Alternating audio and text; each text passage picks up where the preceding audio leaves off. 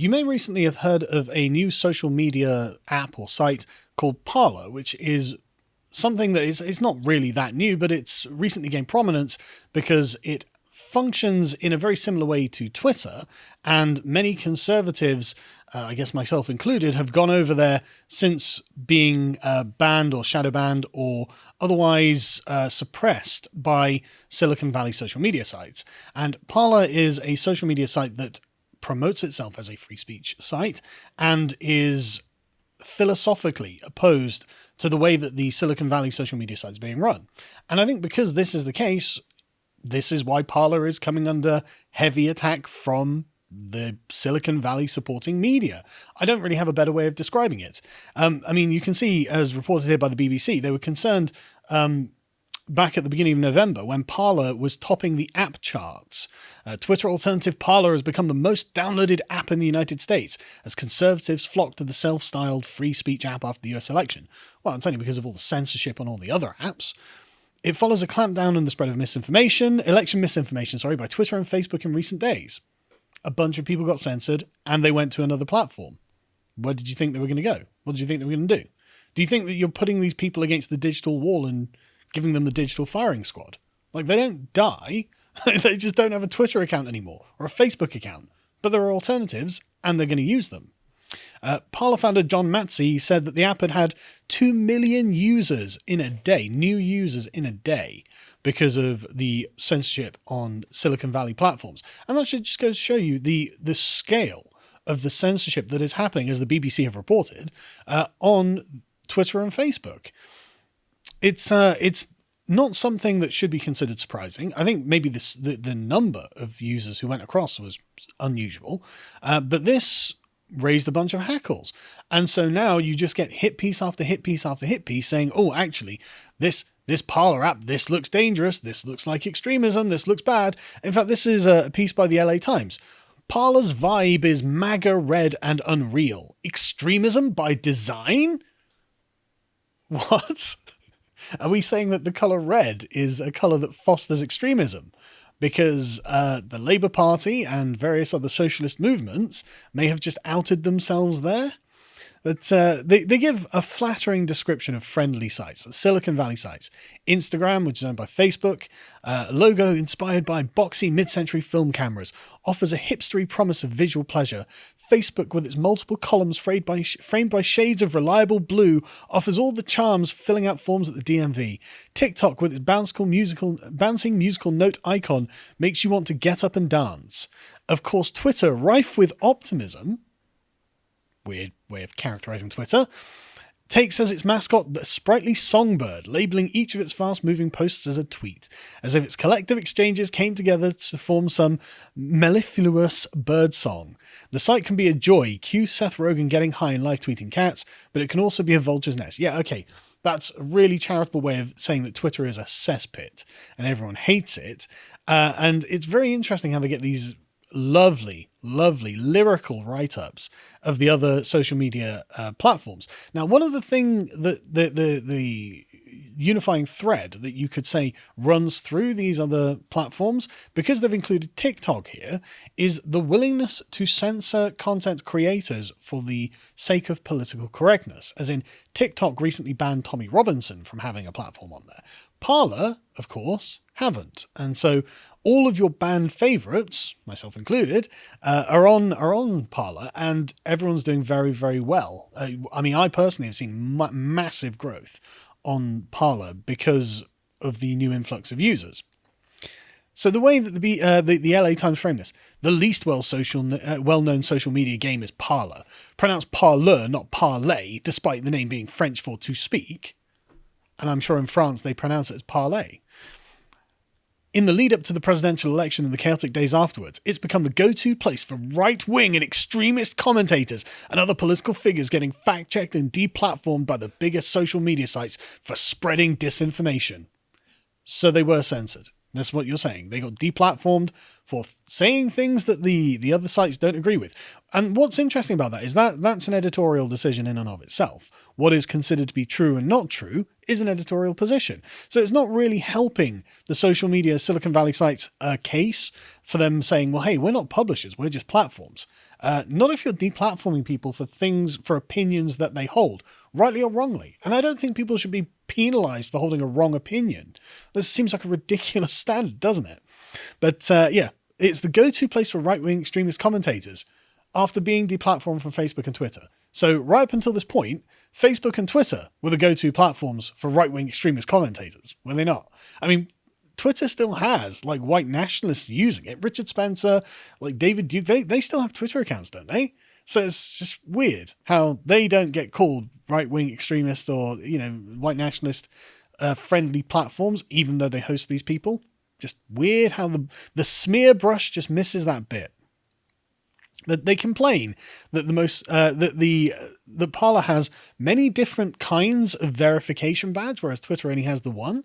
It's a weird thing to complain about, and I find this really amusing.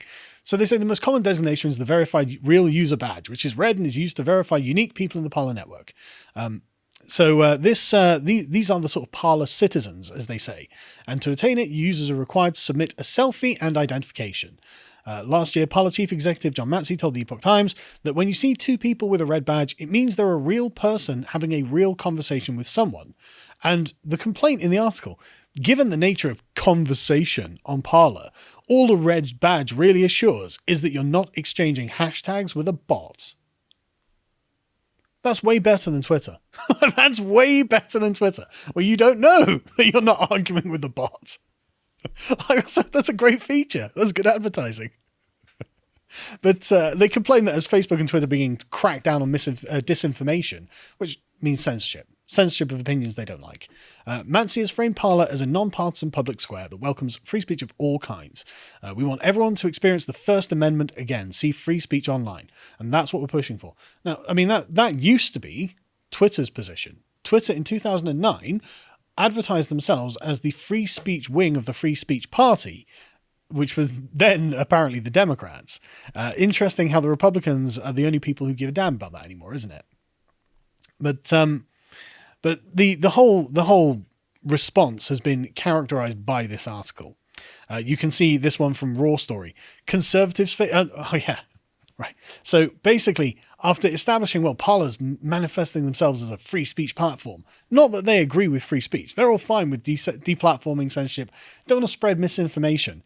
But then Raw Story come along. Conservatives' favourite anti-censorship platform Parler will now censoring hashtag right in Trump for GA posts. Maybe. A user on Twitter shared a screenshot of Parler's search screen, reported James Crowley. Is that reporting? I mean, that's a very loose use of the word reporting, isn't it? I saw a screenshot on Twitter, which is where a lot of these attacks are coming from, incidentally. The screen grab shows no results for write-in Trump for GA. However, a Newsweek search on Parler shows there are 21 parlays for the aforementioned hashtag. Could be any number of reasons. Could be censorship. Absolutely. Could be that Parler has experienced massive growth and is having a few bugs, a few growing pains, whatever it is. That's also an explanation. But Parler has gained popularity among right-wing activists and politicians in recent weeks because the site sells itself as anti-censorship, in contrast to sites like Facebook and Twitter, which in recent months have taken more effort to remove posts containing fake news, hate speech, and election misinformation. It's like they're just openly saying, no, the Silicon Valley platforms are openly pro-censorship. That's what they do. And so, Parler saying that anti-censorship, we're not anti-censorship, we're pro-censorship, but you're not living up to your standards. Very Alinsky-ish. To try and hold Parler to a set of standards that they don't even hold themselves, when they're openly in favour of the censorship. It's mad. But then the false allegations began, as one New York Times journalist tweeted out. He said, I've seen what looks like legit proof of 5,000 compromised Parler accounts, including DMs of some well-known figures. Hackers decompiled the app, zero-day exploit, etc. I wish I could unsee what I've seen. Really, Kevin Abosh? It's not very good journalism from someone who writes for the New York Times, is it? Where have you seen this legit proof? Did you verify this through multiple channels? 5,000 compromised Parler accounts and DMs that you wish you could have unseen. Why did you delete this tweet? It's almost like this was nonsense, isn't it?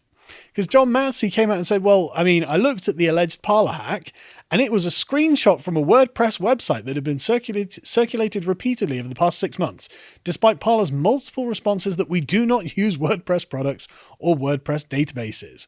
Oof, that looks kind of silly. But the reason that this is important is that Parler, Dan Bongino, a very popular conservative commentator from the United States, recently sat down with President Donald Trump, who is famous for his use of Twitter. If we can go to the next one, you can see them just talking shop there in the Oval Office. And I presume, although I have no proof of this, I presume that Parler would have come up in that conversation because, as I said, I think he was a co-founder of the site, and he's doing very, very well on the site.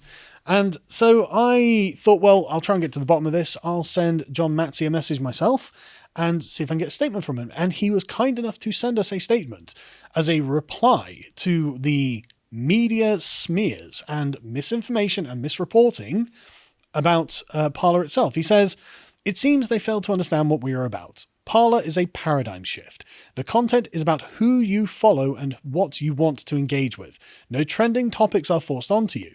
No content is forced onto you. He described our content as detached from reality because Parler was not promoting Don Jr.'s COVID test results. The reality is that people just must not have chosen to follow Parler, who've chosen to follow on Parler don't care about that." And I mean, Don Jr. looks like he's in good health. He's a youngish man, sort of, 40-ish or so. He's not really in any danger of having anything terrible happen to him from COVID, at least by the statistics and the information that we have about COVID. So why would people talk about it? It's kind of a non-issue. He says, Twitter as a company might want to promote that. However, it seems that people don't really care. If they did, they would have been all over it on Parler. They don't know how to attack Parler for giving people back their voices. They're just trying to see what sticks. The reality is manipulating people in society isn't a sustainable business model and can only scale so much. That's why Parler is different. No matter who you are, you have a place here. Well, I'm very glad to be using Parler myself, and you can follow me at Sargon, and hopefully nothing terrible happens to Parler, and hopefully Donald Trump thinks about opening his own account.